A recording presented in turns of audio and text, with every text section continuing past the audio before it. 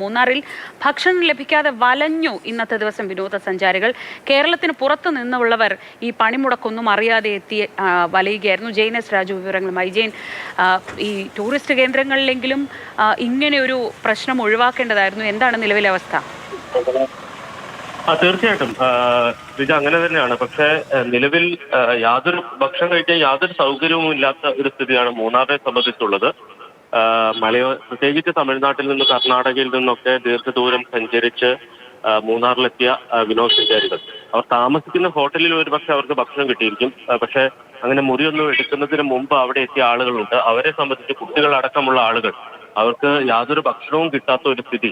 ഹോട്ടലുകൾ മാത്രമല്ല, ബേക്കറികൾ പോലും പൂർണ്ണമായും അടഞ്ഞു കിടക്കുകയാണ്. അതാണ് ഈ വിനോദസഞ്ചാരികൾ വലിയ രീതിയിൽ ബുദ്ധിമുട്ടാനുള്ള ഒരു കാരണം എന്ന് പറയുന്നത്.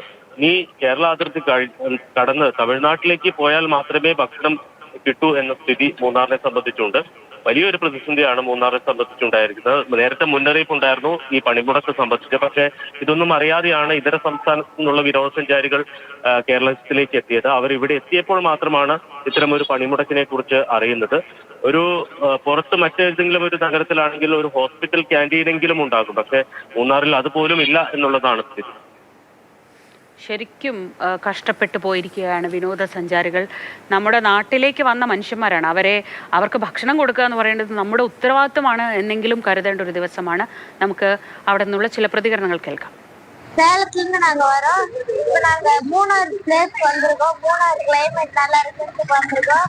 ஹோட்டல்ல ஷார்டேஜ் ஏற்பட்டனால கேஸ் விலையெல்லாம் ஏறி இருக்கிறதுனால எங்களால சாப்பிடல. நாங்க ரொம்ப கஷ்டப்படுறோம். ஆனா கிளைமேட் எல்லாம் எங்களுக்கு பிடிச்சிருக்கு. ஆனா இந்த சாப்பாடு இல்லாத ஒரு பிரச்சனை தான் மூணாறுல இருக்கு.